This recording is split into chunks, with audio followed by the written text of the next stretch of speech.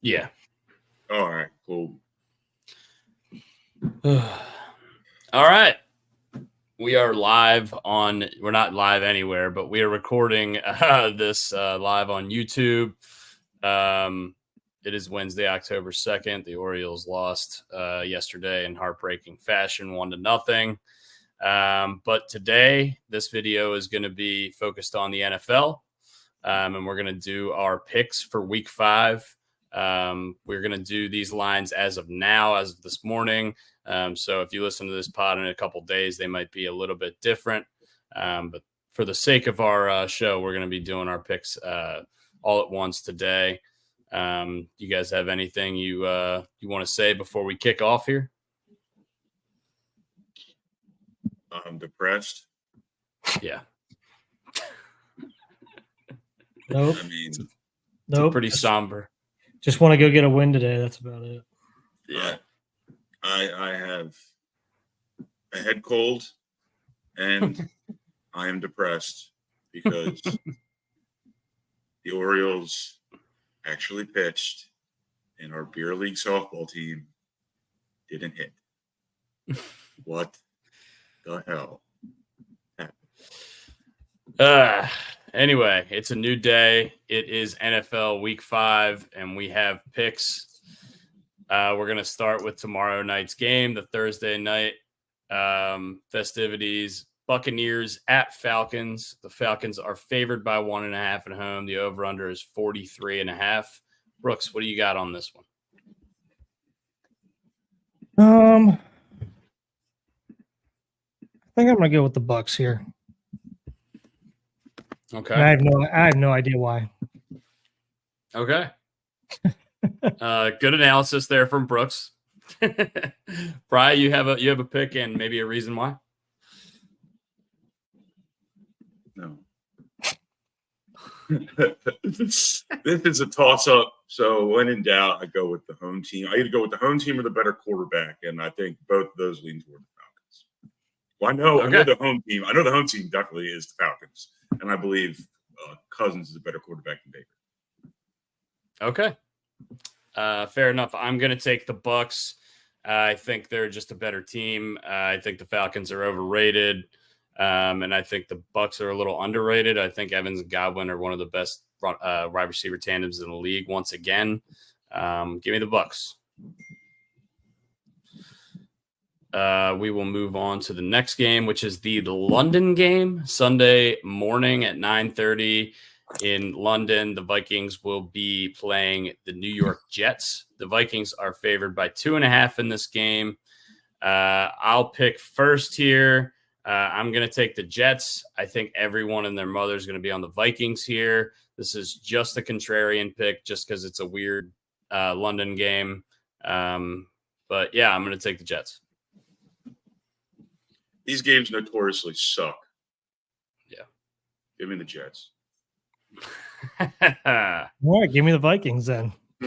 All right. Brooks is going to take the Vikes. He's going opposite. Should I do the podcast? Should I do this recording in just this tone? This monotone, yeah. I mean, do I want to go with the Vikings? I'm not really, but yeah. I don't know. It's London games are always weird. I'm just taking the Jets because I think this game's going to be weird. Yeah, I think 80% of the money is going to be on the Vikings. Yeah. So I hate that I have to take them, but I'm going to. Yeah. All right, going down to the 1 o'clocks, we've got this is not in order. Colts at Jaguars. Jaguars are -3. Brian, you have anything? You start us off here. Colts.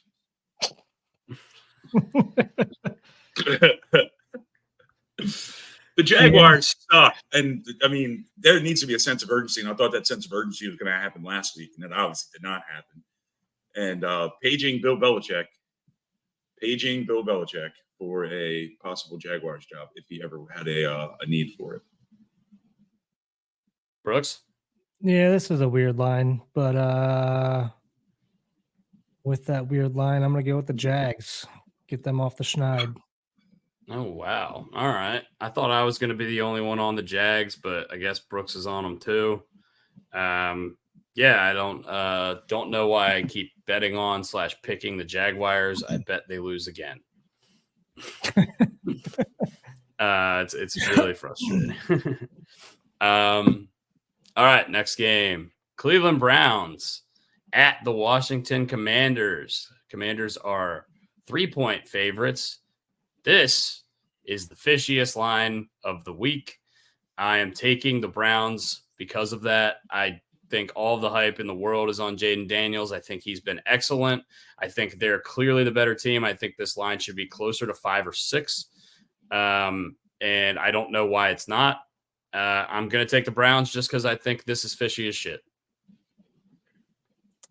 I have to agree, but I'm not going to do it. I'm going to take the Commanders. There you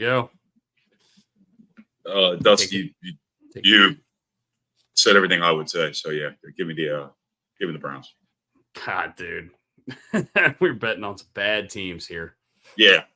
Well, that's good news for me because I'm in last place right now. So I need to pick opposite of you guys to make up any kind of ground. Yeah. Brooks, could you scroll that screen down? Can I? Just for the viewing pleasure of our wonderful viewers. Okay. Yeah. Next game would be our home team, the Baltimore Ravens. They're going on the road in Cincinnati. You guys know my feelings on Cincinnati. I do not think they're very good. Them losing Trey Hendrickson is going to be a big blow to their defense, who already can't stop the run. I think we're going to run up and down the field on them. I think this is going to look a lot like the Buffalo game. Give me the Ravens. Same. Give me the Ravens.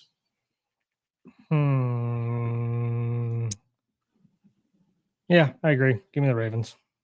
All right. Team ride. Yeah, I love that. I think that's our first one that we're all on together. I love those because they almost never win. That's not good for us. As Ravens fans. No, I don't know, though. I mean, if you want to give any analysis on that game, it's just I don't think Burrow's healthy. I don't think their defense is very good, and I don't think Chase or Higgins want to be there anymore, or they want to get paid. So, yeah, give me Baltimore. Carolina Panthers at Chicago Bears. The Bears are favored by 4 in this game. I think this is a terrible game. I think both of these teams are bad. Give me Andy Dalton. I'll take the Panthers +4.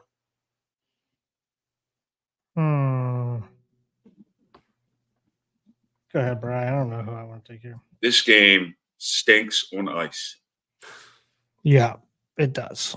It shouldn't even have a channel. This is the shit game of the week for sure. Panthers.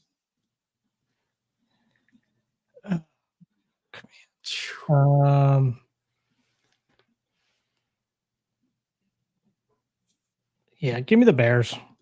All right. We're bullying Brooks into taking the Bears. They're taking all the favorites here. We're taking all these weird underdogs. Dogs are hot this year. Still hot. Yeah, I don't know how I feel about betting on the Panthers. I definitely won't put any of my actual money on it, but just the monopoly it's going to be tough. Yeah. Bills at Texans. The Texans are getting 1 point at home. Buffalo is going to be without Von Miller for the next 4 games. He just got suspended. And Houston, I think, is getting close to getting back Joe Mixon, but I don't think they've quite gotten him back yet. Give me Buffalo. I think the Texans are due for a loss. I think they could have easily lost that game against Jacksonville. Lawrence, after watching all the stuff this week, Lawrence really missed a few throws that if he hit, the game would have been long over. So give me the Bills. I think they bounce back. Yeah, I agree. Give me the Bills as well. I can never pull for a team that employed and knew about a guy who beats up pregnant women. Give me the Texans. There you go.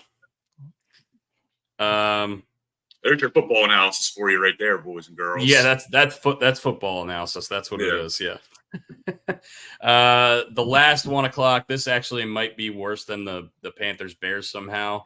The Tyler Huntley led Miami Dolphins for the Jacoby Brissett led New England Patriots. I think this could be a spot where you see Drake May in the second half. I think he could potentially start getting some playing time because Brissett has been brutal to watch. I think this game sucks. Give me the Pats. I'm rooting for the meteor to hit the stadium because this game also should not have a channel for anyone to view because these two teams are awful. How in the hell is Miami the last in offense with all that speed? Just throw the ball in the flat. But anyway, give me the freaking Dolphins. Yeah, I'm on the Dolphins as well. They got to figure it out eventually.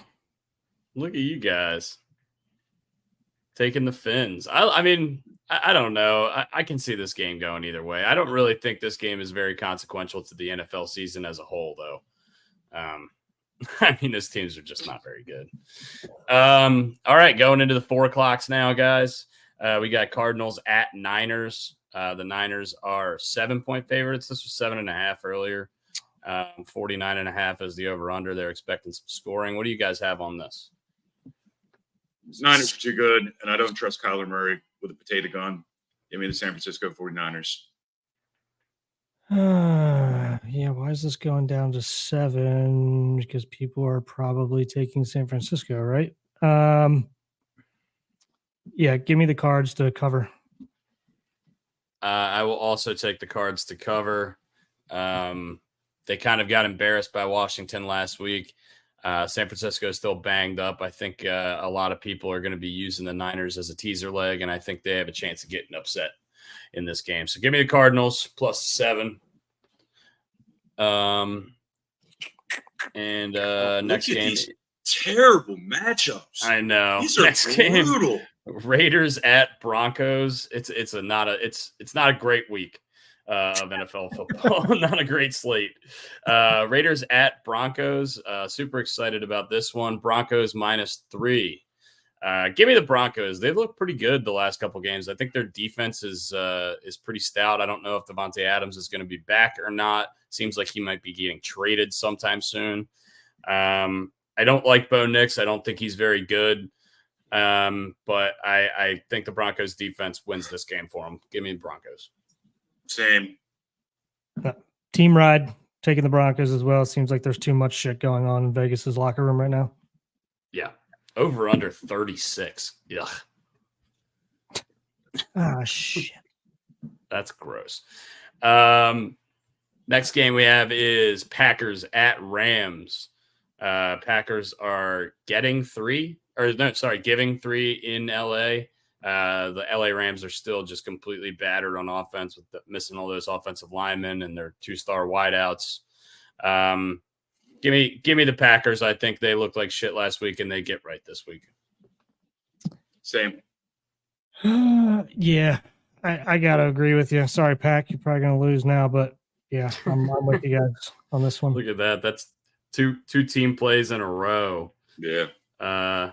That's not boding well. Last game of the 4 o'clock slate is the Seattle Seahawks at home for the New York Giants. The New York Giants will be without Malik Neighbors, who has been their best offensive player this year. He has a concussion, and he has already been ruled out, I believe, for this game. So I will take the Seahawks. I think they win this game handily. I don't think the Giants can move the ball without Neighbors.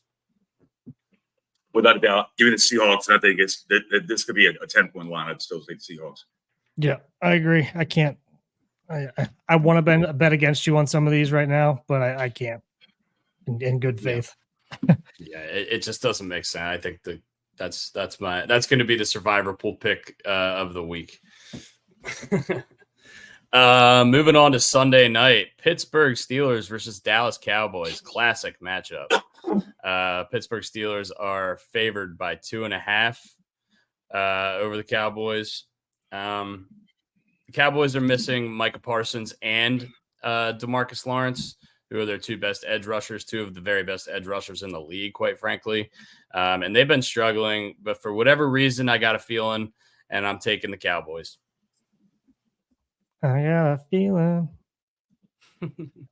Yeah, I could see this being a get right game. I hope it's a get right game just because it helps the Ravens out. But yeah, I'm not 100% sure. But if I'm going to take the Cowboys here.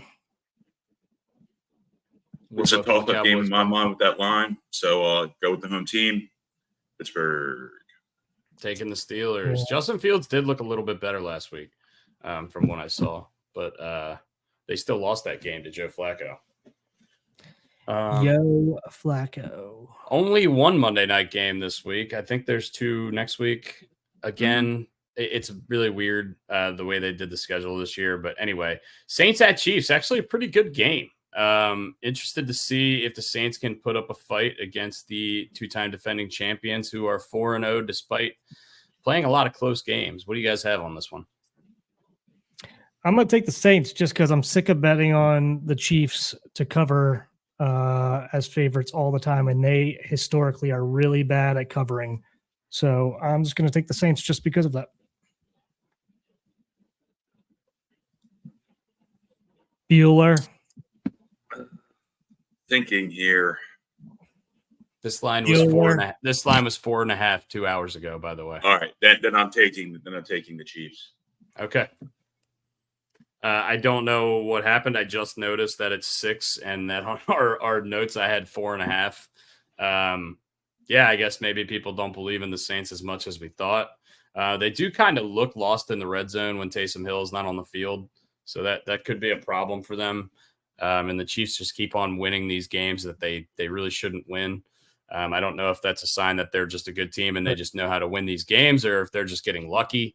But it seems like, yeah, but that's true. Are they covering this? This is a gambling program, so we're talking about the spread here. It doesn't matter if they win or lose. Any overarching thoughts on this slate of NFL football other than we got some real duds in here? I mean, if you want to pick the last game. What's the last game? Did we miss one? You didn't pick the Chiefs or the Saints. Oh, I picked the Saints, I thought. I'm sorry. I'm taking the Saints. Yeah. I'm sorry. I completely thought I had already said it. You gave your explanation, but never actually said who you were. No, I'm taking the Saints. Some rough looking games this week. But you're going to have these kind of weeks in NFL football, especially with all these injuries this year. That really sucks. Yeah, updated NFL picks scoreboard we sent out this morning. But for anybody who hasn't seen it yet, Brian is in first place right now. He's 9-7. Dusty's in second, 7-9. I am in third, 6-10. FYI, we did not pick the first 2 weeks. We forgot about it because we're a bunch of dipshits. So last week was our first week picking, so that's why the scores seem a little weird if you're looking at it, that if they don't make sense to you. Yeah. So we started last week in week 4. This is our second round of picks in week 5. So see how we do. You want to go back and pick weeks 1, 2, and 3? Sure. I still get at least one wrong, probably. Yeah, without a doubt. I can't remember who the hell it was. This is like 8 years ago. It was at Speakeasy, and someone offered to bet Aaron Wheeler like $100 that Real Madrid would beat somebody. And the game that what the person that was trying to make the bet didn't know is it was a fucking replay of the game. So Wheeler took the bet, knowing it was a replay and knowing that the other team was going to beat Real Madrid or something. It's fucking hysterical. Yeah, that's what you get for being a jackass. But then he gave the guy the money back after he was honest with him. I don't know. I would have kept it. That's what you get for watching soccer. That's what you get for being a dumbass. Yeah. He's the one who wanted to make the bet. Yeah.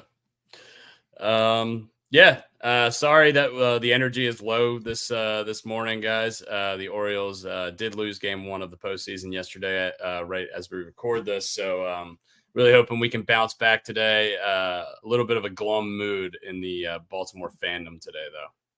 It's a gloomy day here in Baltimore, not just emotionally, but also weather-wise. Brian, is it raining there or is it just overcast? It's overcast, and then there's a little bit of that like spit shit, like this misty from time to time. But that's real on and off. So, is the lineup out yet or no? The lineup is not out yet. Not as of before this recording, at least. Check it real quick. Yesterday, it literally came out as we were on the podcast, so maybe it. Yeah, nothing from the Orioles Twitter as of yet. Does Rock have anything? Let me look. Rock, Mason Rock. There you are. Did we see Holiday today? Nothing from Rock. Nothing from Rock yet. Probably because of righties going.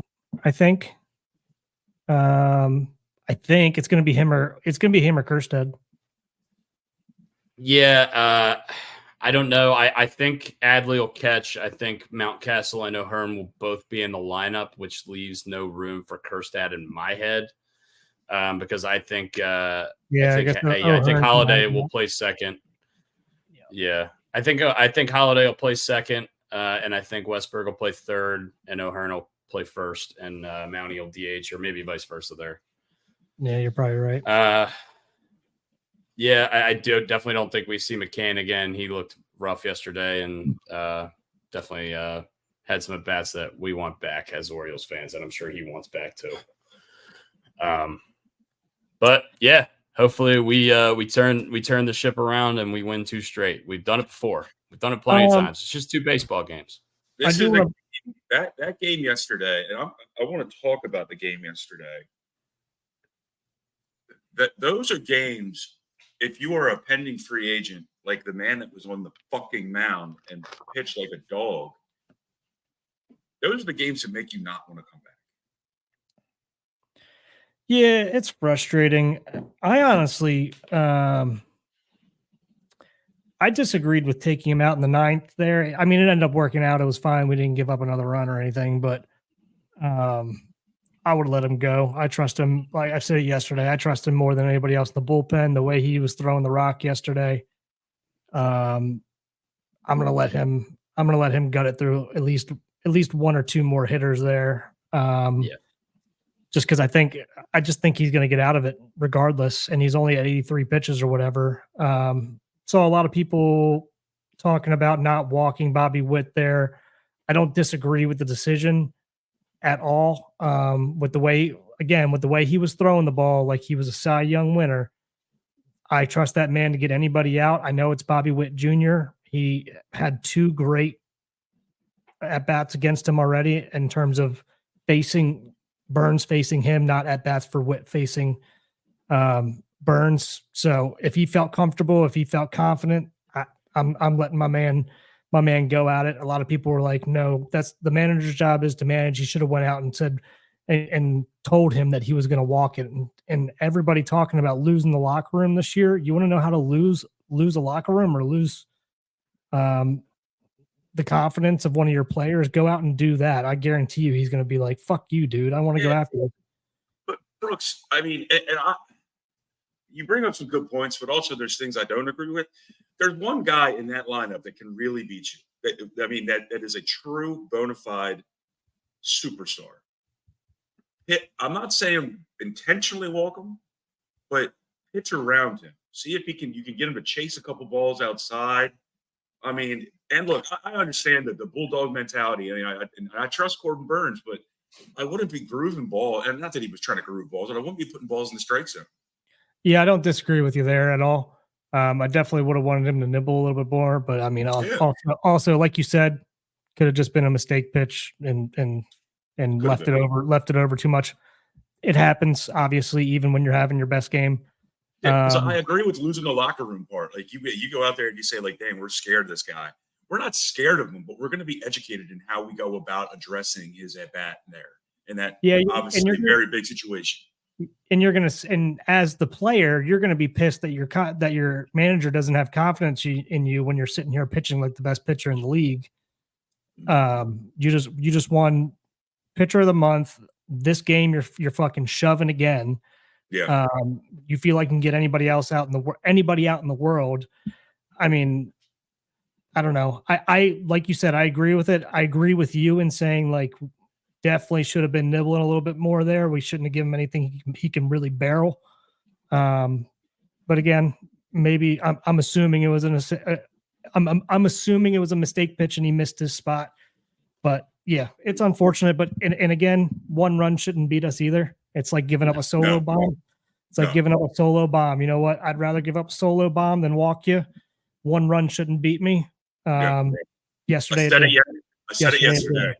When they got the run, I said, look, if we lose 1-0, no one can bitch and moan about the Bobby Witt at bat, because you cannot lose by 1 run in a 1-0 game. That is bullshit. You're a better team than that. We have all of our guys back. They've had ample at bats to get ready for the playoffs. The new guys who came back, like Mountie and Lesty and stuff. It's time to step up, sack up. I mean, they better come out and just beat the living hell out of somebody. Now, that being said, today we'll lose 10-9. That's my mentality at the moment. Yeah, that's kind of what happened in Texas last year too. When we put up 8 against them, I think we lost 11-8. I forget what the actual score was, but I really feel like today we got to go out and put Ruds up in the first or second inning, and if we don't, the air is going to come out of the stadium, and it's going to be really tough. I had a friend text me this yesterday. Shout out to Mike Buda, who's been to I think 50 Orioles games this year. He said that it was the most insurmountable feeling 1-0 deficit ever for the last 3 innings. He said nobody in the stadium thought they could get a hit. It just felt like there was no energy in the stadium at all. It looked like that on TV. It felt like that watching the game. It was brutal. It sucked. And shame on Orioles fans. Like I had a reason I couldn't go to the game. There were empty seats there. Shame on us. Shame on us. Yeah. Okay. Mm-hmm. Yeah. And I can't go again today. And they were cheap tickets yesterday. That was big. I had a guy at the bar in the second inning, got an $8 ticket in section 49. There was people at the game I saw tweeting saying like, I'm trying to give people tickets at Pickles right now and nobody's taking them. I mean, granted, everyone at Pickles is probably going to the game already and probably already has a ticket, but still, I mean, I also get like, hey, it's a 4:00 on a Tuesday. You're probably working. It's you need to you either need to work or you got kids in school that you got to pick up afterwards. I get it, but there's enough people in Maryland to fill up the top row of that stadium. It's just, I know we're not doing a that's a shame segment, but that's a shame. That is an absolute fucking shame on all of us. Yeah, and I'm putting myself in that boat. All right. So I'm not better than anybody else. That's bullshit. I watched 162 baseball games, and I wanted to be at that damn ballpark. Mm-hmm. Yeah. Last thing about the game yesterday, before we can talk maybe a little bit about the game today. Sorry, sorry for getting angry there. Sorry, I just got no. It's really pissing me off. I don't agree. I didn't agree. I didn't agree with taking. Wait, what's going on? Brett's calling. Oh, okay. Brett, are you calling into the show or what's going on? No, he's just calling me. Oh, okay. I'm texting him right now. I'm texting him saying we're dealing with some serious shit here right now. Leave us alone. What do we think? I don't agree with Corbin Burns getting taken out either, but what do we think about moving to Aiken in the 9th as opposed to moving to Coulomb or CNL Perez? I thought that was kind of a weird move. I would have rather seen Coulomb. Obviously, he got the job done, and I know Brooks is a bigger Keegan Aiken defender than me or you, probably, Brian. But I think Coulomb and CNL are clearly better pitchers. What do we think about that? They had to have, and I actually thought about that, just like you just brought up. And they had to have some. And this is what I said in my head at the time was they had to have some sort of splits or something. They have some analytics that said that Aiken is a better matchup for who he was facing. It had to be. Yeah. Because I would have rather gone. Perez has been struggling. A little bit. Yeah, Perez has had a rough month.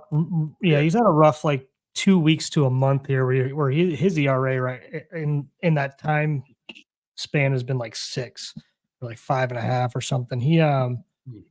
I don't love him right now, but I don't disagree with you with Coulomb, unless he was sore or something from recently. But I don't mind going to that. But again, like we were talking about this to start, I would have loved to see him leave Burns in there a little bit longer, maybe one or two more batters to see. Not only do you save the bullpen, I'm taking his stuff against anybody's stuff in that bullpen, and just how smart he is as a pitcher. So I didn't do it. Did I love it or hate it? I hated that we took out Burns. I didn't really care about Aiken. I would have taken Aiken or Coulomb right there, unless, like you said, about matchups, like his stat stuff, like past history against these guys. I don't know what that was, but as long as it wasn't Perez there, I'm not real in love with the way he's been pitching recently. To take a step back when we were talking about Burnsy going after Witt, because it just popped into my head. Think about like the momentum and like the confidence that would bring to. I'm obviously ended up giving a hit there that brings to a locker room if you go out and say, "All right, Burns, what do you want to do here?" And he says, "I want to fucking go get him." He goes and gets him. Then the team starts building a little confidence. Like, all right, let's fucking go. You know what I mean? I want Parkman. This guy's hitting 1,000 off you. I have a question, and you guys might know the answer. We might have to look it up. Does Coulomb have any playoff experience that could have led into the decision? You might not want to bring a guy in what everyone calls high leverage situations now. Okay, it was a serious situation. Maybe you bring him in, like if he doesn't have any playoff experience, you bring a guy in when you're up 5. That way you get him some experience. That's a good thought. If he has any, I would just assume last year. But Dustin, if you find that, I did see something, I think Pigtown Sports put this out yesterday on Aiken, where his high leverage situations here over the past month, he's been very, very good in, which is probably one of the reasons now that I bring that up, probably why he got in there over CNL. Coulomb pitched in 2 of the games in the Rangers series last year in one total inning. So 2 appearances, 1 total inning. I'm going to assume it didn't go well. No. It's a scoreless inning. He's 1 walk, 1 strikeout. Yeah, 1 walk, 1 strikeout. That's it. I mean, we're sitting here, and I'm not saying we're bitching. We're kind of questioning, the move. But Keegan Aiken is a great. That's a great pitcher to put on the mound. It's not like we're bringing in fucking belt high Bud Norris.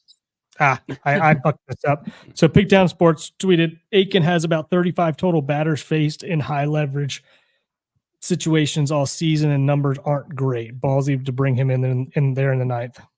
Yeah, but I don't know. High leverage become the term of the fucking season. I know. It's just like it appeared out of nowhere. I've owned a lot of baseball. I've played a lot of baseball. I've coached a lot of baseball. I haven't heard high leverage until this year. It's like hearing the white new thing, man. The side white racism, like he's a hard worker, high motor guy, deceptively fast. How the fuck can you be deceptively fast? You're fast or you're slow. That's it. Coach's first guy in, last guy out. Yeah. One fail kind of guy. No, he's. I've heard it the last couple of years, I feel like, and nothing. This wasn't what they called it back when we played. I mean, really, it was just like pressure. We just called it a pressure situation or something like that. Bringing people in with like, how are you going to pitch when we bring you in with runners in scoring position or runners on base late in the game? Like we wouldn't. I think people just like saying it now because it makes them sound cooler, or they just really like the word leverage. That and I've been going off recently about people talking about, oh, what a shitty approach today they had. What a shitty approach. I'm like, what are you talking about? You don't even know what an approach is. First of all, second of all, there's a difference between an approach and execution. Like, I guarantee you they're not going up there trying to fucking flail at all these different things. That would be a shitty approach. Let me go up there and try to strike out. I'm sure they have a plan when they go up there. They just didn't execute the plan. Yeah, I mean, look, I was coached when I went to college. Before you get strike one, you pick. You want either inner half or you want outer half. You pick, and if the ball's there, swing. If it's not there, you take it. And then after that, you have to then go back to all the training and stuff and all the practice that you have done in order to battle. That is an approach. Yeah, when you get 2 strikes, that's an approach. Like, that's an approach. Like, this guy tends to start 85% of people off with a curveball or fastball, whatever you want to say it is. I'm sitting on that, and I want to see that on the outside corner. If it's on the inside corner, I'm spitting on it, or vice versa. That's an approach. Or I'm sitting off speed or whatever you want. I'm sitting on that splitter until I get 2 strikes, and then I get to 2 strikes. Now I gotta sit fast and adjust and try to put the bat on the ball. Yeah, you want to see a person not have an approach, and this is from coaching high school. That's an approach. You know, when you see kids who give an ass out swing on strike one, they're leaning outside. I mean, what the hell are you doing? Yeah, spit on it. Even if it's strike one, just take it. You got 2 more opportunities to get up there. That there. just tells me you don't have an approach if that shit's happening on strike one. So, I mean, a better term that people could use on Twitter is to say they had 0 approach today, which I guarantee you major league hitters not going up there with 0 approach, guys. I guarantee you their approach is a great approach. It's just executing it sometimes. Baseball's hard. You're going to slump. I mean, you could have the right approach for everything and not get a single hit ever. I mean, Christ. We could go up there. And, I mean, we would get 1 hit out of 100, and have a great approach. Yeah. I gotta also, if Westberg's ball clears the fence in left field, we're having a different conversation today anyway. Yeah, now everyone's pissed about the ball now because it didn't benefit us this one time. Yeah, for one game. And also, the next inning, Salvador Perez's ball is probably going out too. That he hit probably higher than he did. Exactly. Mm-hmm. Yeah. So exactly. I know everyone's everyone's pissed off because I get it, but like let's think before we talk sometimes. Yeah. I mean, I guess we all come from a place where we have educational background in the game of baseball. A lot of these people that you see on whatever these platforms are, they just see results. Everything's a microwave society now where it's instant gratification bullshit. No, I mean, I take it as I look at it as like a chess game. And we lost a game of chess yesterday. And we lost to a guy who was just dealing. I don't think we made a lot of bad moves. We just didn't, like you said, execute. His changeup was filthy yesterday, too. Dirty. It was he's nasty. Fucking filthy, man. So I didn't realize he threw 97, 98 miles an hour pretty consistently either. I mean, that's probably adrenaline too, but I want to bring this up because you just brought up miles per hour. And Dusty, you want to say something before I bring this up? Yeah, just before the season started, it was Burns, Skubal, and Reagans were the top 3 in Cy Young picks. Like, that's what everyone in baseball thought. So, like, it's not like we were going up against some guy and like our lineup got shut down by some schlub. Like, this guy is a fucking stud. I just want to say that too. Yeah. And I heard I got 2 things. One's about miles per hour. So I'm going to get to that second. The Kansas City Royals, I heard this today, have benefited the most from the Chicago White Sox. They were 75 and 74 against Major League Baseball.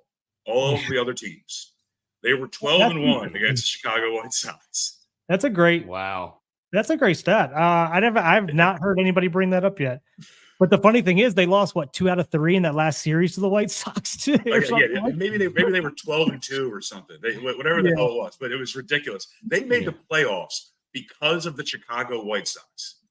I mean, and again, like we talked about it the whole time, and everyone's saying this team's an embarrassment. They don't deserve to make the playoffs. Man, get in the playoffs and see what happens. Like, any team can get hot here. If it's not like, could we get hot? Yes, it could start today.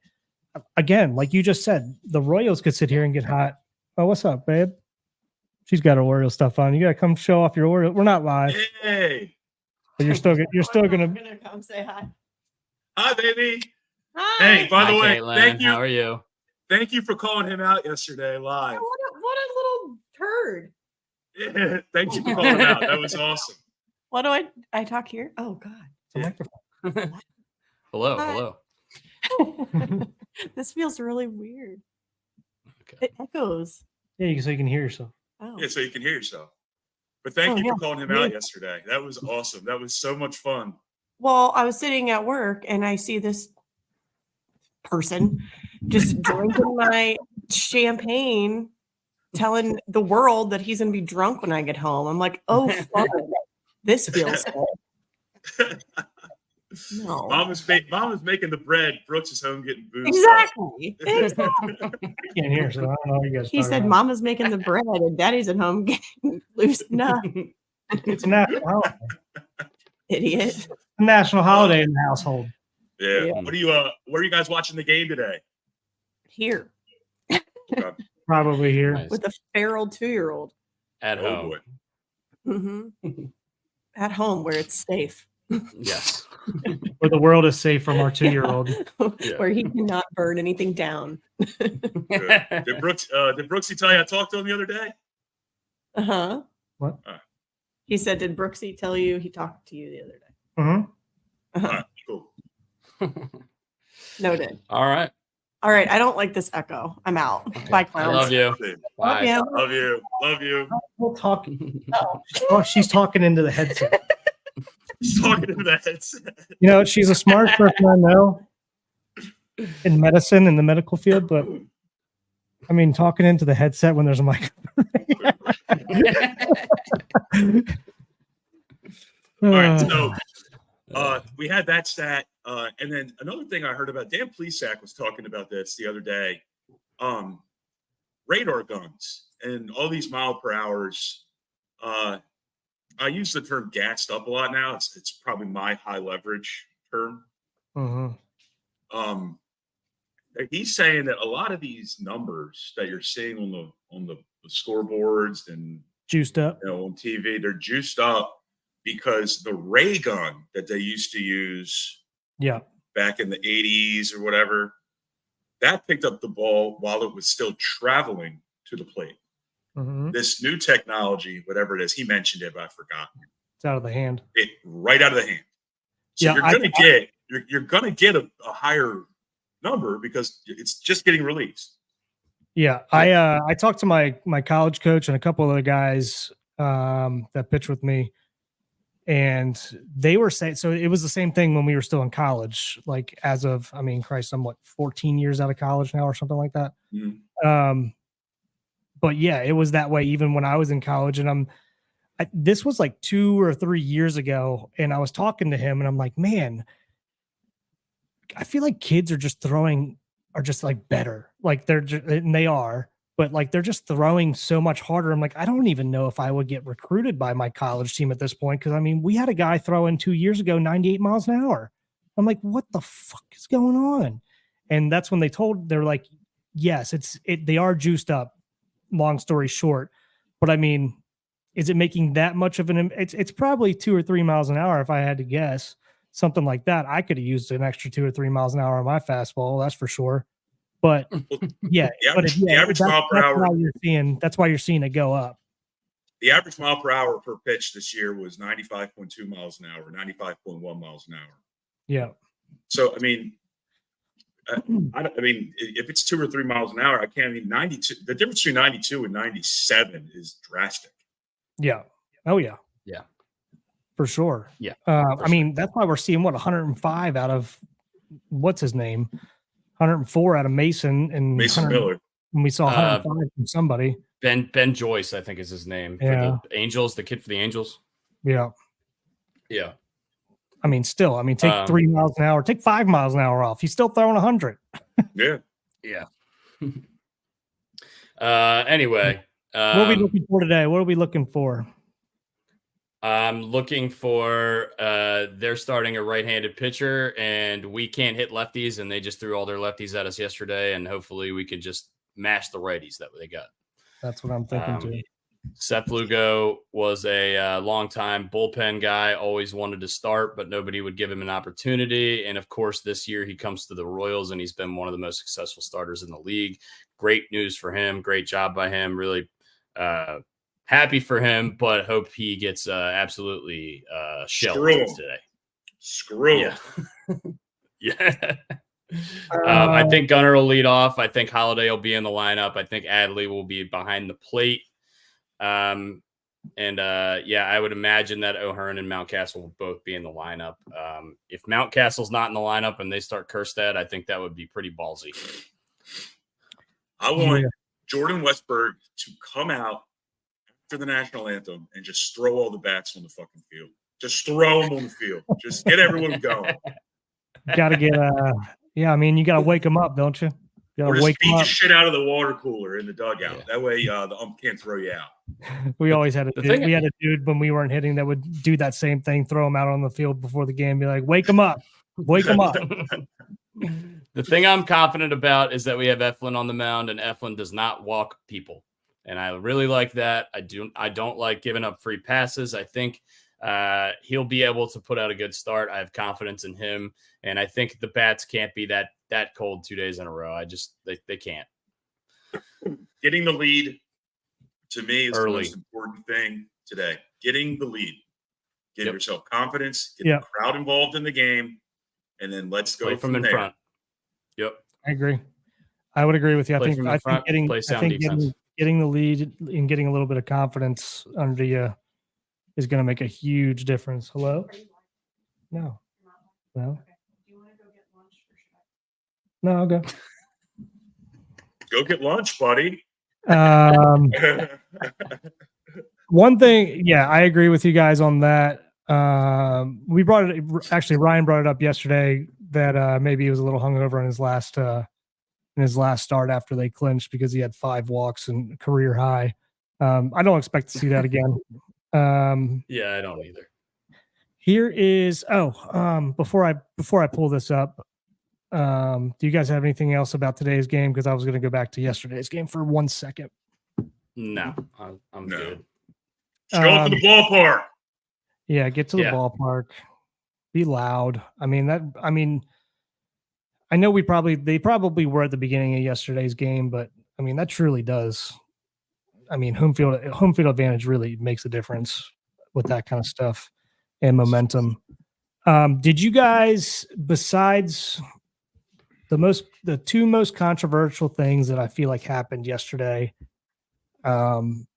was we already talked about the Burns and Bobby Witt, whether to walk him, not walk him, giving him the option. We already beat that drum. Any thoughts on Urias getting a little bit extra on that bloop from second base? I think he should have scored. Okay. I don't disagree.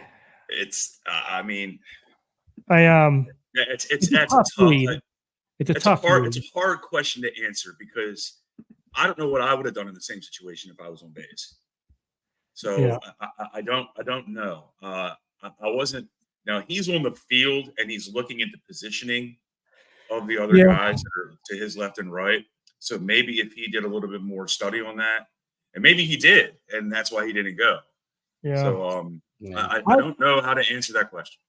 My thing is I think if he makes the best read he possibly can on that, it's still going to be a very close play at the plate, and it's still going to be a gamble sending him. You're kind of hoping for an offline throw there with how shallow that ball was, I think. And I think it comes down to, like I said, it's a tough read. If he makes the correct read and he ends up scoring there with an offline throw, it's an incredible read.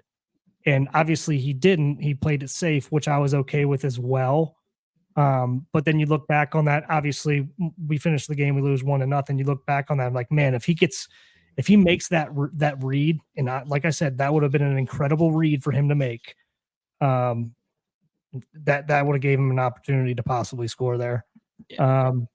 So one way or the other, I would love for him to make that great read in the playoffs, but I understand that was a really hard fucking ball to go on.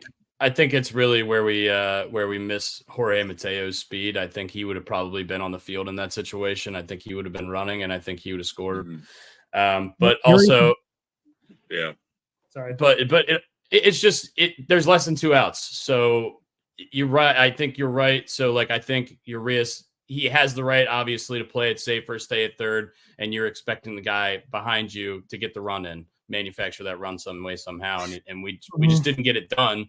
So you could be right, Brooks. You could be, if we go the other way with it and it's a close play at the plate and it doesn't go our way, we could be talking about that as one of the reasons we couldn't score, as opposed to what ended up happening. So it's just. It is tough. I've watched the play several times. I do think he probably could have scored. But yeah, and the other thing I don't hate it, but it's just I hate how it ended up working out. Yeah, I know. I agree, and I'm so torn on this too, because then you have to sit there and think like, all right, Urias is already slow. He just got back from a sprained ankle, so that's probably still pretty sore as well, if I had to guess. I mean, he got back pretty quickly from it. So there's factors there. I still think, like I said, an incredible read there. It's going to be a play at the plate. It's going to be tough. Yeah. Would you like to see it? Yeah. Do I understand why he didn't? Yes. Anything else to add on that before I move on to the next one that I was thinking of as well? No. I think we can all agree that why was Holiday not pinch running for O'Hearn there towards the end of the game? That made zero sense to me. Not that I think he would have been stealing, but it puts a faster guy on the base path. I think if Adley gets that call and he gets on base there and we have first and second, I think then O'Hearn probably gets pinch ran for there. I don't know. Maybe they were just kind of seeing how the inning played out, and then it just kind of, I don't know. I don't know. Because you got to use all your guys, but also you got to think about if this game does go to extras, like we're not going to have any bench left. True. Yeah, you don't see him stealing there if he gets in. I mean, I saw people, they wanted him in there because he's a threat to steal, and it's like, yeah, whatever. I wouldn't be stealing when we're not. I don't know. We're down one. It's one run. A bomb wins the game or puts us ahead. I can't remember if that was the 9th or the 8th. So I'm not running it out. Yeah, and then if it's Gunnar or Mullins, maybe, or Mateo, or somebody with real big wheels, or somebody who's really good at stealing bases, you give him a chance there. But Holiday is not. He's not slow, but he's not a big stolen base threat, at least at this point in his career. Maybe he'll turn into one. But I don't think it makes too much of a difference. Okay. What about the Brian? Anything on that? No. Okay. What about the bunt situation that we talked about in the group chat? Oh God! Don't get me started on this.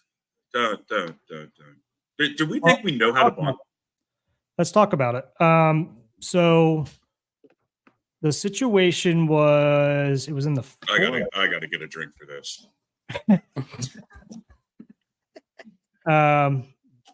Let me see if I can find the situation so we can actually get an accurate depiction of what happened here. Box. No, need the play-by-play.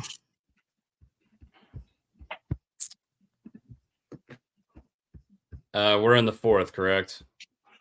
I think so. That's what I'm trying to find it. Why can't I get the game inning by inning summary on here? I've got it on my screen, so just tell me what I'm looking for. We're looking for when, I believe it was when Mullins hit the bloop. Okay. This is the bottom of the 5th. When everyone wanted McCann to bunt, I believe. So it's 1st and 3rd. Mullins is on 1st. Urias is on 3rd. So this is right after the play we were just talking about. And McCann strikes out. Oh, no. Maybe it was sorry. Maybe this was after Mullins hit the double off the scoreboard. Okay, so this is early in the game. Maybe the 3rd inning. Brian, am I remembering this correctly? Was it the one? Okay, bottom of the 3rd, Mullins hits a double off the wall to start the inning. And McCann strikes out swinging, doesn't get him over. If he's on 3rd base, the next pitch, Gunnar Henderson grounds out to the first baseman. So Cedric could potentially score. If they're playing up, though, then he probably wouldn't score anyway. But obviously the situation changes. and the at bat completely Yeah, changes. the situation changes. Now, the counter argument to not bunting is all you have to do is hit a ball to the right side of the infield. Right, that's basically a bunt as well. But obviously, with the situation and hindsight 2020, we can't have revisionist history with this shit. I just trust a bunt more than I do a man who strikes out a significant amount. I think batting like 220. I think so. Your nine. I think your 9 hitters got a bunt. Yeah, and that's why I bring up the question before I went. Do we know how to bunt? I trust the bunt option better than hitting a ball to a 16 hopper to the second base. Well, also, I'm superstitious. I'm doing everything different than I did yesterday. So I'm going to drink white wine today for the Orioles. I like it. I had a few Chardonnays. What of it? It's a Pinot Grigio Boda box. Oh, okay. Yeah, I think especially with your best player on deck, I think if you can get the runner into scoring position with less than 2 outs and Gunnar coming up, I mean, McCann's your 9 hitter. He's out there starting because of his glove, not because of his bat. I think it's a no-brainer there to bunt, especially in the playoffs where you got Corbin Burns going. You're probably not going to need all the runs in the world. I wish we would have bunted, but I also wish we would have gotten more than 4 hits or 5 hits. So what about does it change your mind at all with sorry, I'm looking at a video here. Does it change your mind at all if that McCann's been hitting the ball well over the last week? No, not really. No. All right. And the other question I that has to be asked here, and I know this seems pretty trivial and stupid for a lot of people who watch baseball more novicely. Can McCann bunt? Because I mean, if he can't, he's going to do more harm than good. Trying to put a bunt down, and it's almost safer for him to swing away. That's the other question that needs to be asked that a lot of people, and I don't know. I really don't. We got the Royals lineup. The Orioles lineup is still not out yet. Massey, Witt, Pasquantino, Perez, Gurriel, Melendez, Renfroe, Isbell, Garcia. So nothing but Renfroe's different, I think, right? Yeah, I think so. I would imagine that means the Orioles lineup's coming out soon, but gotta be. So here's the double.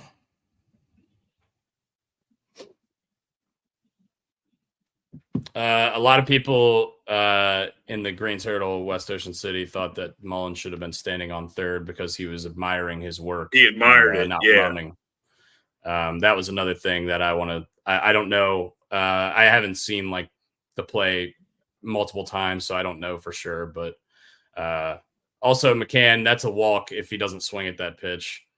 And there's the rest of the inning. Yep. And so we got Westberg up, and that's a ball that everyone's and that's the bomb. Yeah. Yep. That's the bomb. How many bats did we throw yesterday? 3? Like 4. Wow. Gunnar threw one on the first pitch that he saw, and then McCann threw one on that strikeout. At least I know there probably was another one that I missed, but trying to find the Urias read here. What'd you guys think about the Strauss logo on all the helmets in the playoffs? They suck. Kind of weird. I hate it. I don't even know what Strauss is. I don't either. I guess that's the point, to make sure that we know. And we actually looked it up. I think it's a better thing, right? Okay. I don't know. I know Levi Strauss. They brokered a deal with Major League Baseball that for the next 4 postseasons, all the helmets will have that on there. It's a German workwear company. Oh, I saw that. Yeah, never mind. High performancing workwear. Also, thank you very much for this play in left field. What a weird play. I think that ball must have had crazy English on it, because when I watched that play, I was like, he looked like an idiot. So speaking of throwing bats, he threw his bat on that hit. So somehow that ball had to be hooking or something. Yeah, that ball Yeah, must have been hooking and then hit the ground and gone the complete wrong way or something. Yeah. Also, it was wet out there. Yeah, that's True. True, but he overran that though. Like he straight up missed it. Like that was weird. That was a weird play. All right, let's see if we can see anything here. I know this is the condensed game, so we might not be able to see like where the fielders are and what the jump is. So bloop. I just think you got to score. I don't know, man. That ball's hanging up there. I don't know. I think you score on that. All right, this is a good angle. He's freezed. Yeah, he froze. He froze and watched it down. Which right. you're taught to do, but it's just yeah, it's a tough free because I mean you see him sprinting after that thing and then he pulls up and it's like, all right, is he pulling up because he's about to make it's an easy pop out, or is he pulling up because it's in front of you? Where does he pull up? Is he halfway? Because we would always teach halfway. He's about a quarter. He's about a quarter in pros. It's shallow to the center fielder, so if you freeze halfway, you're probably out. So see him pull up right there, like he's going after it pretty hard, and then shit, too far back. That's all good. I going after it pretty hard here, and then he pulls up, and it's like, all right. So I don't know, tough, still a tough read. Yeah. If you make a great read on that, you should give yourself an opportunity to have a play at the plate. Yeah. But once again, same thing. It's Monday morning quarterback. Once again, too, like you don't want to make that out at home plate, especially when you have less than 2 outs. It's tough. It's just a tough read. So maybe I shouldn't be too frustrated with it, but no, it's a hindsight thing. Like Brian said, it's definitely we're playing Monday morning quarterback, and it's like that's not a big play in the grand scheme of things if it's not a 1-0 game at the end of the game. How is the Rushman pitch in the last inning not on here? This is insane. That pitch was 3 inches low. Baseball Savant said it caught the bottom. That's fucking crazy. But on the broadcast, on the broadcast, it missed. On the square on the broadcast, but Baseball Savant, somebody posted on Twitter last night that it clipped it. I mean, regardless, Adley, you got to swing. I mean, it's frustrating getting these calls, but also like if there's 2 strikes, you got to protect the plate. Like, I mean, this guy's been a little bit outside the zone all game. You got to swing the fucking bat, man. I don't really take a lot of stock in these things because the zone on TV is the same for everyone. So Aaron Judge's zone is the same as Jose Altuve's. Is it though? There is a 1.5 foot difference between those 2 men in terms of height. Yeah. I feel like I asked this question to somebody, and somebody said it actually does change, but like I don't know for sure, right? I mean, I don't know what to believe anymore with all this stupid fucking technology. It's 2 strikes, swing the fucking bat, ball's close to the plate.